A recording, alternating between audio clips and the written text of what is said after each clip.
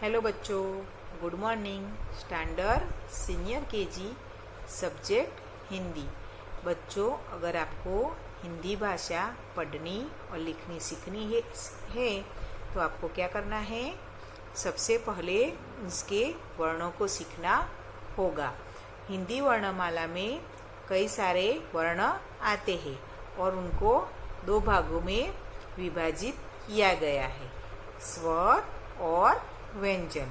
स्वर में अ से लेकर अह तक के स्वर आते हैं और व्यंजन में क से लेकर स्र तक के वर्णों का समावेश किया गया है।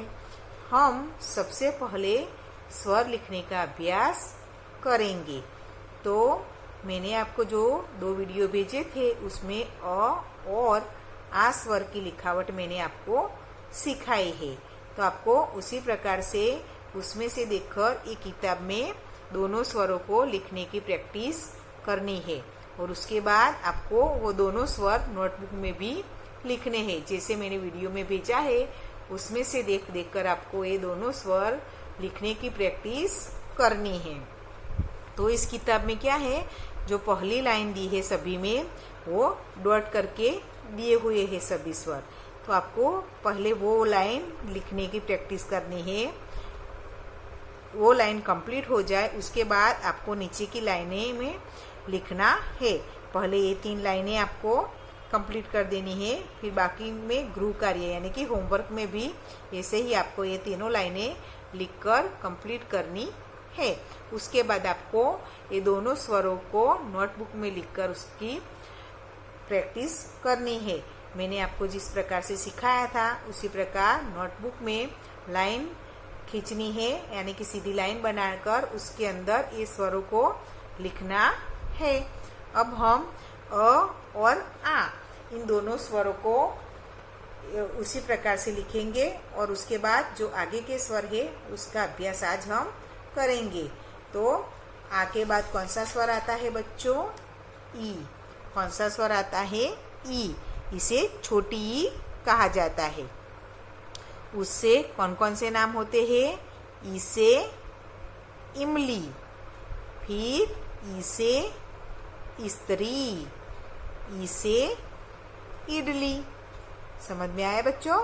अब उसकी लिखावट हम कैसे करेंगे? सबसे पहले ये डॉट करके लाइन दी है वो ना, उसमें आपको लिखना है।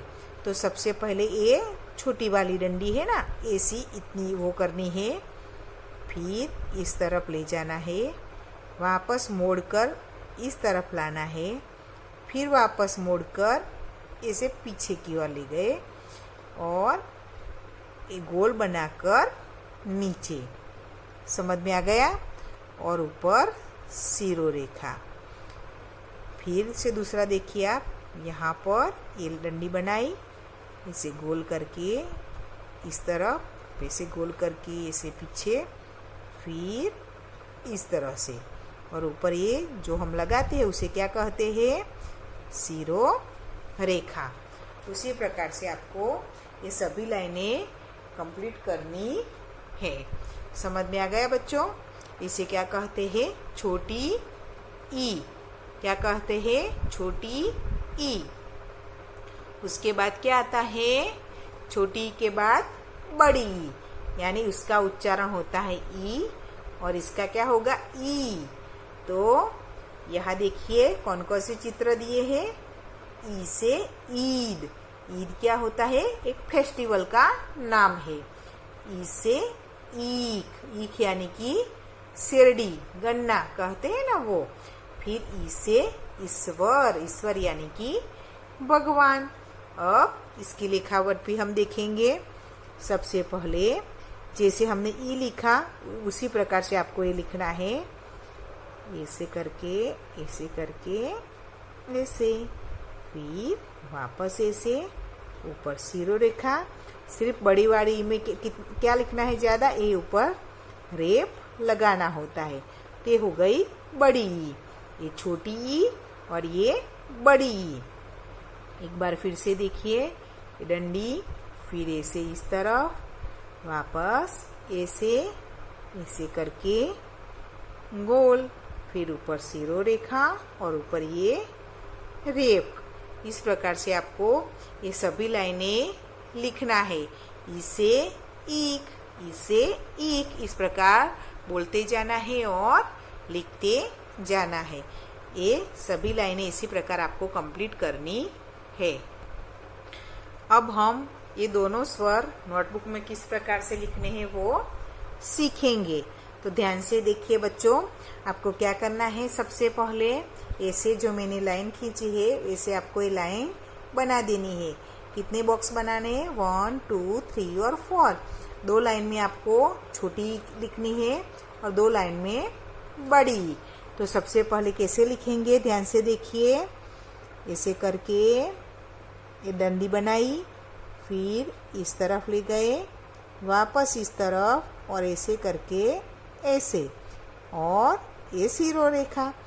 फिर से देखिए, ऐसे ऐसे इस तरफ और ऐसे, और ऊपर सीरो रेखा। उसी प्रकार बड़ी में भी आप ध्यान से देखिए। ऐसे डंडी बनाई, फिर इस तरफ ले जाना है, वापस ऐसे और इस तरफ, और ऊपर सीरो रेखा बनाकर ये रेफ। ये हो गई बड़ी।